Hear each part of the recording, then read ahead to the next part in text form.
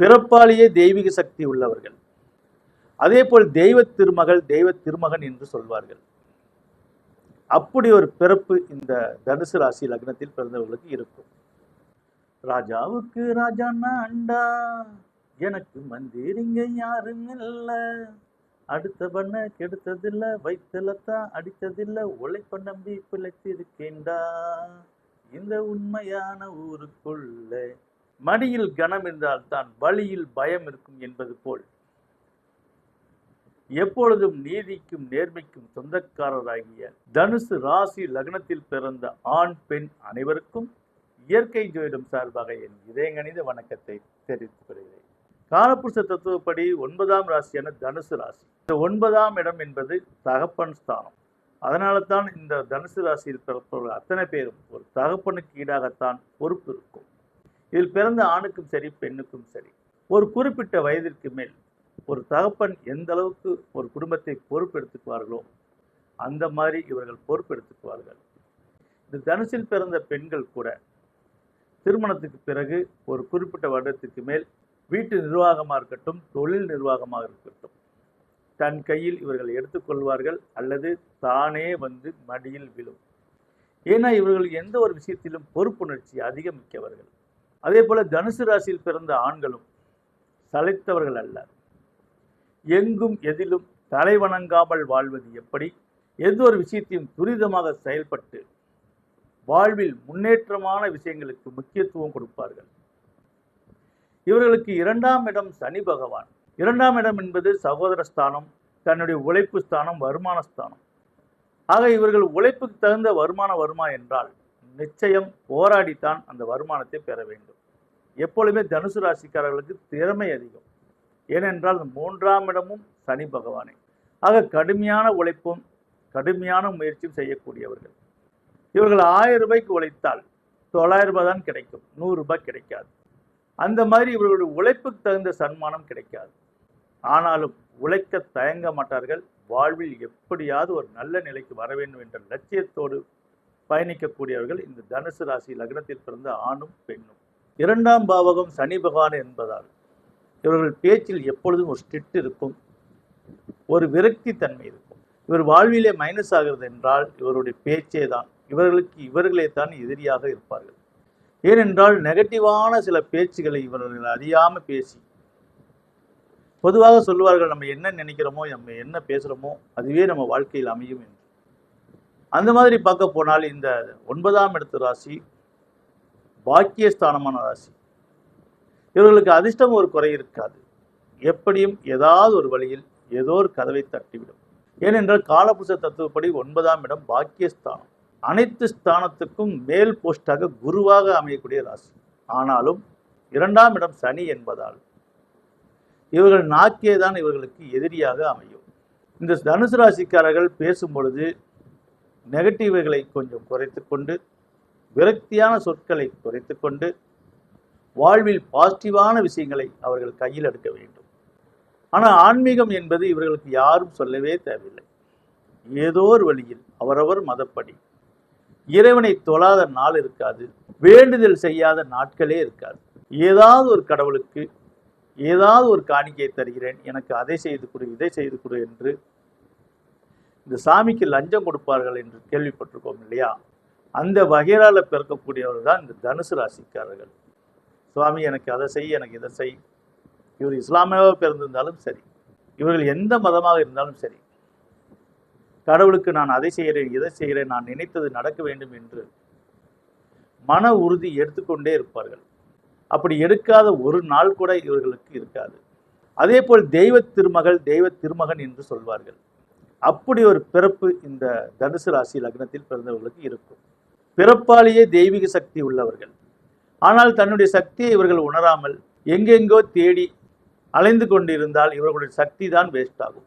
எப்பொழுது தன்னை உணர்ந்து ஒரு இடத்தில் அமர்ந்து இறைவனை வணங்க ஆரம்பிக்கிறார்களோ, தைரியமாக ஒரு விஷயத்தை பேஸ் பண்ண ஆரம்பிக்கிறார்களோ, அப்பொழுதுதான் இவர்கள் பிரச்சனை தீரும். இவர்களுக்கு அக்கம் பக்கத்துக்காரங்க ஏதாவது ஒரு தொந்தரவு கொடுத்து கொண்டே இருப்பார்கள். அதிலும் நாத்தனா வகைக்காரங்க ரொம்ப ரொம்ப தொந்தரவு கொடுப்பாங்க. ஆண்களாக இருந்தால் மைத்தினி என்று எடுத்துக்கொள்ளலாம். பெண்களா என்றால் நாத்தனா என்று எடுத்துக்கொள்ளலாம், மாமியார் என்று எடுத்துக்கொள்ளலாம். இவர்களெல்லாம் உங்களுக்கு ஏதோ ஒரு வகையில் தொந்தரவை கொடுத்து கொண்டிருப்பார்கள். அவர்கள் நல்லவர்களாக இருந்தாலும் கூட அக்கம் பக்கத்துக்காரர் கோல் மூட்டி உங்களுக்கும் மாமியாருக்கும் ஏதாவது ஒரு சிண்டு முடித்து விடுவார்கள். இந்த தனுசு ராசிக்காரர்களுக்கு இது இயற்கையாகவே நடக்கும். உங்களுடைய 4ஆம் இடம் அதே குரு பகவான் சுகஸ்தானத்துக்கு அதிபதி. சுகபோதத்துக்கு ஒருபோதும் குறை வராது. ஆனால் அந்த சுகபோதனையை நீங்களே தான் கெடுத்துக் கொள்வீர்கள். ஏனென்றால் 3ஆம் இடத்தில் சனி பகவான் இருப்பதால் உங்களுக்கு அவ்வப்போது சந்தேகங்கள் எழும். இந்த சந்தேகமே சந்தேக கோடு, அது சந்தோஷத்தின் கேடு. சந்தேக கோடு அது சந்தோஷத்தின் கேடாக இருக்கும். தற்பொழுது உங்களுக்கு குரு பகவான் 7ஆம் இடத்தில் இருந்து சஞ்சரித்துக் கொண்டிருக்கிறார். 7ஆம் இடத்தில் குரு பகவான் சஞ்சரித்துக் கொண்டு இருக்கும்போது உங்களுக்கு வருமானத்துக்கெல்லாம் பிரச்சனை இருக்காது, ஓரளவுக்கு வருமானம் வந்திருக்கும். ஆனால் ஏற்கனவே சொல்லியிருக்கோம், என்ன மாதிரியான குரு பயிற்சி ஆனாலும், என்ன மாதிரியான ராகு பயிற்சி ஆனாலும், சனி பயிற்சி ஆனாலும் ஒரு சிலருக்கு ஒரே மாதிரி தான் இருக்கும். அப்படி உள்ளவர்களுக்கு வருமுன் காப்போம் திட்டத்தில் இணைந்து அந்தந்த கோச்சார பலன்களை அடையும் அளவுக்கு இந்த வருமுன் காப்போம் திட்டத்தை பற்றி பல வீடியோக்களில் சொல்லியிருக்கோம். அதை பற்றி சொன்னால் வீடியோ நீண்டு போகும். வருமுன் காப்போம் பற்றி நீங்கள் என்னவென்று தெரிந்து கொள்ள வேண்டும் என்றால் ஸ்கிரீனில் தெரியக்கூடிய நம்பருக்கு கால் பண்ணி அதை தெரிந்து கொள்ளுங்கள். ஒரு எக்ஸாம்பிளாக, வாலிப பருவத்திலே இந்த வருமுன் காப்போம் திட்டத்தில் வந்து இணைந்து விட்டீர்கள் என்றால் வாழ்க்கையின் ஆரம்பம் திருமண நாட்கள். இந்த திருமண நாட்கள் ஒரு ஆணுக்கும் பெண்ணுக்கும் சமமான நாட்களை நாம் குறித்து கொடுக்கிறோம். சாதாரணமாக பஞ்சாங்கத்தை பார்த்து காலண்டரில் உள்ள நாட்களை பார்த்து தான் இதுவரை மற்ற ஜோட குருமார்கள் உங்களுக்கு திருமண நாட்களை குறித்து கொடுத்திருப்பார்கள். ஆனால் இயற்கை ஜோதிடத்தில் ஒரு ஆணின் கிரக நிலைக்கும் ஒரு பெண்ணின் கிரக நிலைக்கும் அன்றைய நடக்கக்கூடிய கோச்சார கிரக நிலைக்கும் உகந்த நாட்களாக கொடுப்பதால் உங்களுக்கு நல்ல சந்ததிகள் பிறக்கும். அது மட்டுமில்ல, அந்த சந்ததி உங்களை வாழ்நாளில் எப்பொழுதும் உங்களை விட்டு கொடுக்காமல் காப்பாற்றும். ஒரு குழந்தையை பெற்று எடுத்து வளர்த்தினால், ஒரு மரத்துக்கு தண்ணி ஊற்றுறோம் எதற்காக? அது பெரிதாகி நிழல் கொடுக்கும் என்பதற்காக. ஆடு மாட்டுக்கு புல்லு போடுறோம் எதற்காக? அது பால் கொடுக்கும் என்பதற்காக. அதே போலதான் ஒரு குழந்தையை பெற்று எடுத்து, அதுவும் இந்த காலத்தில் வளர்த்துறதுனா ரொம்ப ரொம்ப கஷ்டம். எல்கேஜி முதல் அது பெரிய படிக்கும் வரை எவ்வளோ பணங்கள் செலவாகும். அது மட்டும் இல்லை, இன்னைக்கு சாதாரணமாக ஒரு ஆஸ்பத்திரி செலவு என்றால் நிறைய பணத்தை மூட்டை கட்டி வைத்துக் கொள்ள வேண்டும். அது மட்டுமல்ல, அந்த படித்த பிறகு வேலையை வாங்கிறதுக்கு ஏகப்பட்ட பணத்தை செலவு பண்ண வேண்டியது இருக்கும். இவ்வளவும் செய்து அந்த குழந்தைகள் காப்பாற்றாமல் போய்விட்டால் அது எப்படி இருக்கும்? ஆக உங்களுக்கான ஒரு சந்ததி பிறக்க வேண்டும் என்றால் இந்த கிரக நிலை சரியாக நீங்கள் யூஸ் பண்ணி இந்த நாட்களில் தான் உங்களுடைய திருமணத்தை நீங்கள் அமைத்துக் கொள்ள வேண்டும். இந்த கிரக நாட்களில் திருமணம் செய்வதால் என்னென்ன லாபம் என்றால், கணவன் மனைவிக்குள் அவ்வப்போது கருத்து வேறுபாடு ஏற்படலாம். ஏனென்றால் அந்தந்த சீசனுக்கு ஜலதோஷம் பிடிப்பது போல காய்ச்சலோ தலைவலியோ வரும். ஆனால் அறுவை சிகிச்சை நோய் வரக்கூடாது, தீவிர சிகிச்சை நோய் வரக்கூடாது. அது மாதிரி விவாகரத்து 100% ஆகாது. அதாவது எந்த ஒரு ஜோதிட குருமாரும் இந்த கேரண்டியை கொடுத்துருக்க மாட்டாங்க. இயற்கை ஜோதிடத்தில் இந்த கேரண்டியை நம்ம கொடுக்குறோம். இது என்ன இப்படியெல்லாம் ஒரு கேரண்டி இருக்குமா என்று நீங்கள் வியப்பாக பார்க்கலாம். நிச்சயமாக 27 வருடமாக என்னோட ஜோதிட ஆய்வில் நான் கண்ட உண்மையாகும். அதே போல் என்னோட அனுபவத்திலும் தற்பொழுது எனக்கு 52 வயது ஆகிறது. என்னுடைய அனுபவத்திலும் இதை கண்ட உண்மையாகும். எல்லாமே இயற்கை பிரபஞ்சம் உந்துதலால் தான் இயங்கிக் கொண்டிருக்கிறது. அந்த இயற்கை பிரபஞ்சத்தில் நட்சத்திரம் வாயிலாகத்தான் நம்மளுடைய எண்ணங்களும் செயல்பட்டு கொண்டிருக்கிறது. நம்ம உடல் பஞ்சசக்தியானது புவியீர்ப்புக்கு ஒப்பானது.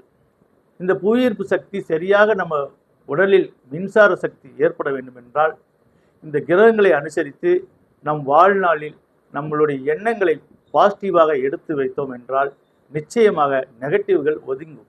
இந்த நெகட்டிவ்கள் சரியாக ஒதுங்கி வரும்போது இவர்களுக்கு வரக்கூடிய இன்னல்கள் இன்செட்டுகள் எல்லாமே முன்கூட்டி ஓரளவுக்கு தெரிய வந்துடும். நடக்கும் பாதையில் முள்ளும் கல்லும் இருந்தால் அதற்கு தகுந்த காலனியை போட்டு நாம் செல்வோம். அதே போல நமக்கு வரக்கூடிய இன்னல்களை நமக்கு ஓரளவுக்கு முன்கூட்டி தெரிந்து விட்டால் நாம் கொஞ்சம் சத்தம் படாமல் கொஞ்சம் சைலண்டாக ஒதுங்கி விடுவோம். அதனாலே நமக்கு வரக்கூடிய தொல்லையிலிருந்தும் தொந்தரவிலிருந்தும் நாம் தப்பித்துக் கொள்வோம். அதற்காகவே இயற்கை ஜோதிடத்தில் வரும்பாடு பட்டு இந்த வருமுன் காப்போம் திட்டத்தை மக்களுக்கு கண்டுபிடிச்சு மக்களுக்கு அறிவித்து அதை வழிநடத்தி சென்று வந்து கொண்டிருக்கிறோம். ஆக இறைவனின் மேல் நம்பிக்கை உள்ள பெரும்பான்மை மக்கள் நீங்கள் வருமுன் காப்போம் திட்டத்தில் கலந்து வாழ்வில் வளம் பெற வேண்டும். சரி, தனுசு ராசியின் அதிசார குரு பயிற்சி என்ன சொல்கிறது என்று பார்ப்போம். கடந்த மே மாதம் 14ஆம் தேதி குரு பயிற்சியாகி உங்களுடைய ஜென்ம ராசியை, அதாவது தனுசு ராசியை பார்த்து கொண்டு இருக்கிறார். இதன் மூலமாக ஒரு சிலருக்கு திருமணம் நடந்து கொண்டிருக்கிறது. ஆனால் இந்த பயிற்சி ஆகியும் கூட ஏதோ பொண்ணு வீட்டுக்காரர்கள் வந்து பார்க்குறாங்க, அல்லது மாப்பிள்ளை வீட்டுக்காரங்க வந்து பார்க்குறாங்க. ஆனால் ஏதோ ஒரு தடையாக இருந்து கல்யாணம் பண்ணாமல் போயிடுறாங்க. ஆக திருமண தடை இன்னும் இருந்து கொண்டே தான் இருக்கிறது. அதே போல் தொழிலிலும் ஒரு 50% பேருக்கு மட்டும்தான் வெற்றியை கொடுத்திருக்கிறது. 50% பேருக்கு எந்த ஒரு வெற்றியையும் கொடுக்கவில்லை. ஆக குரு பயிற்சி 7ஆம் இடத்தில் வந்தும் கூட, சாதகமாக இருந்தும் கூட, தன்னுடைய ஜென்மராசியை பார்த்தும் கூட ஏன் இந்த வருமானத்தை கொடுக்கவில்லை? அது மட்டுமில்ல, மன நிம்மதியை தொலைத்து விட்டது. பொதுவாக குருவும் சந்திரனும் சேர்ந்தால் கஜகேசரி யோகம் என்பார்கள். அதாவது எந்த ஒரு விஷயத்திலும் வெற்றி பெறக்கூடிய வாய்ப்பு இருக்கும் என்று சொல்வார்கள். நீங்கள் வெற்றி பெற்றிருப்பீர்கள், ஆனால் அது சாதாரண நிலையாகத்தான் இருக்கும். நல்ல உயர்ந்த வெற்றி இன்னும் நீங்கள் பெறவில்லை என்றுதான் இயற்கை ஜோதிடத்தில் அடித்து சொல்ல முடியும். ஏனென்றால் குரு சந்திரன் பார்வை கஜகேசரி யோகத்தை கொடுத்தாலும், அதாவது வெளியில் வெற்றியை கொடுத்தாலும், குடும்பத்தில் மன நிம்மதியை தொலைத்து விடுவார். உங்கள் ஜென்மராசியில் குரு வரும்போதும் சரி, அல்லது சமசப்த பார்வையாக சந்திரனும் குருவும் பார்வை பெற்றால் குடும்பத்தில் மன நிம்மதியை குறைக்கும். முக்கியமாக கணவன் மனைவிக்குள் கருத்து வேறுபாடுகள் நிச்சயம் நடந்திருக்கும். இது நடந்ததா இல்லையா என்று நீங்கள் தான் கமெண்ட்ல சொல்லணும். இது ஆணாக இருந்தாலும் சரி, பெண்ணாக இருந்தாலும் சரி, 2 பேருக்குமே ஒரே மாதிரி தான் நடக்கும். சரி, இதுக்கு மேலேயாக எப்படி இருக்கும் என்றால், இந்த அதிசார குரு அக்டோபர் மாதம் 8ஆம் தேதிக்கு மேல அதிசாரமாக பயணித்து டிசம்பர் மாதம் 20ஆம் தேதிக்கு மீண்டும் 7ஆம் இடத்துக்கே திரும்புவார், அதாவது மிதுனத்திற்கு. ஆக இந்த 2 மாத காலமாக நல்லா இருக்குமா என்றால், நிச்சயம் இனிமேல் தான் உங்களுக்கு போராட்டமே அதிகம் ஆரம்பிக்கும். இதுவரைக்கும் நடந்த ட்ரையல் தான் இனிமேல் தான் மெயின் பிக்சரே இருக்குது என்பது போல தேவையற்ற அவமானங்கள், தேவையற்ற விரயங்கள், தூக்கமின்மை, மன உளைச்சல்கள், சிலருக்கு பித்து பிடிக்கிறது போல பைத்தியமே பிடிக்கக்கூடிய நிலையெல்லாம் ஏற்படும்.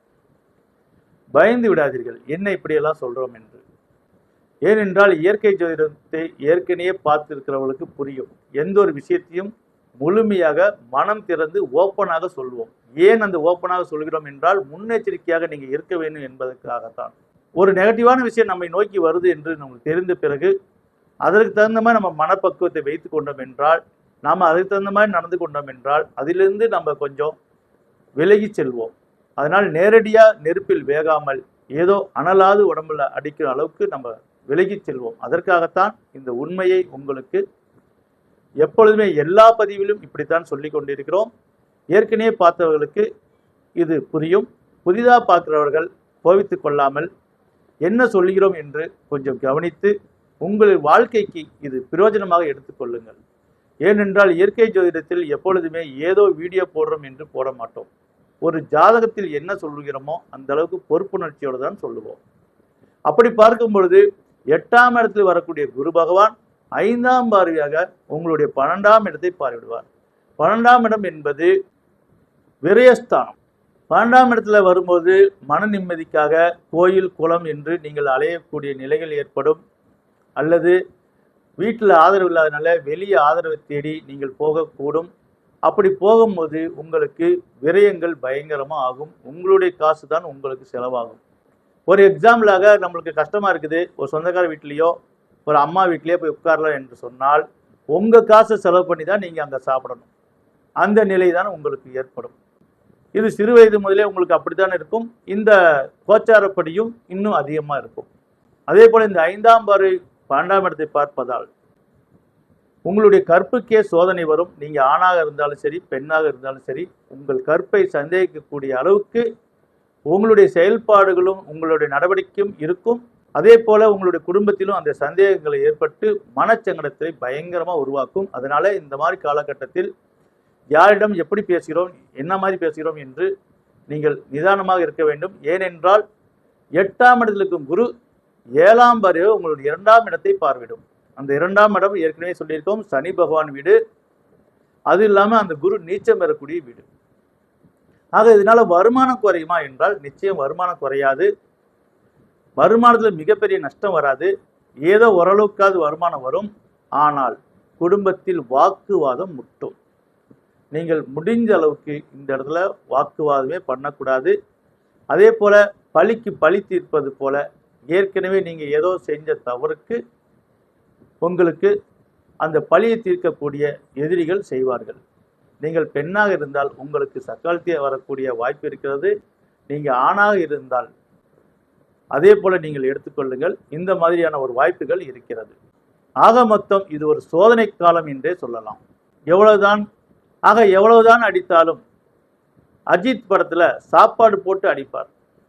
அந்த மாதிரி உங்களுக்கு எவ்வளவு அடித்தாலும் வயிறு நிறைய சாப்பாடு கிடைக்கும், மன நிறைவான மகிழ்ச்சி கிடைக்கும். ஆக இந்த 2 மாத காலத்தில் நீங்கள் எவ்வளவுக்கு எவ்வளவு ஒதுங்கி செல்கிறீர்களோ அவ்வளவுக்கு அவ்வளவு நல்லது. ஒதுங்கி செல்கிறீர்கள் என்றால் வீட்டை விட்டு போகக்கூடாது. உங்களுடைய இருப்பிட இடத்தை விட்டு போகக்கூடாது. நீங்க இருந்த இடத்துல இருந்து முடிந்த அளவுக்கு மௌனமாக சாதித்து வாழ்வில் வெற்றி பெற வேண்டும். ஆக இந்த அதிசார குரு பயிற்சி சரியான துர்பாக்கியத்தை கொடுக்கக்கூடிய நிலையில் ஏற்படுகிறது. ஏனென்றால் 8ஆம் இடம் வலுக்கக்கூடாது என்பார்கள். 8ஆம் இடம் வலுத்தால் உடலில் ஆரோக்கியம் குறையும், மனச்சோர்வு ஏற்படும், உடல் நல்லா இருக்கும், ஏதோ தெம்பு இழந்தது போல, ஒரு பல்ஸ் குறைந்தது போல உணர்வுகள் ஏற்படும். சிலருக்கு அறுவை சிகிச்சை ஏற்படும்.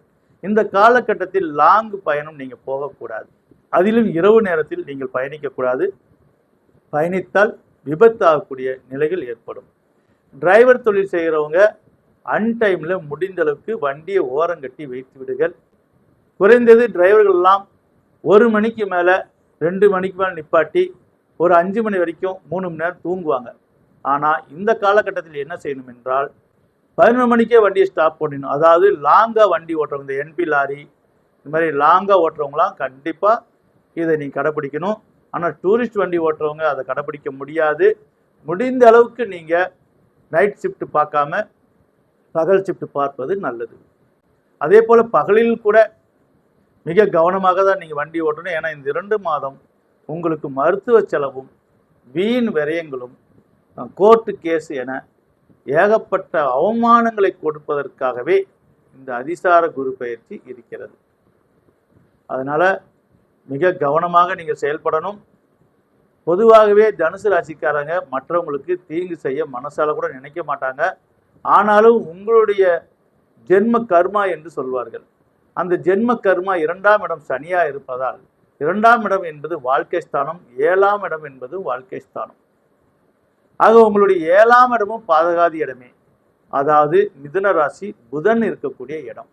ஆக தனுசு ராசிக்காரர்கள் வாழ்க்கையில் எவ்வளவுதான் உண்மையாக இருந்தாலும் இந்த மாதிரி வாழ்க்கை ஸ்தானத்தில் எப்பொழுதுமே அவங்களுக்கு ஏதாவது ஒரு தொந்தரவுகள் வந்து கொண்டே இருக்கும். இது பொதுவாகவே இருக்கக்கூடிய ஒரு விஷயம்.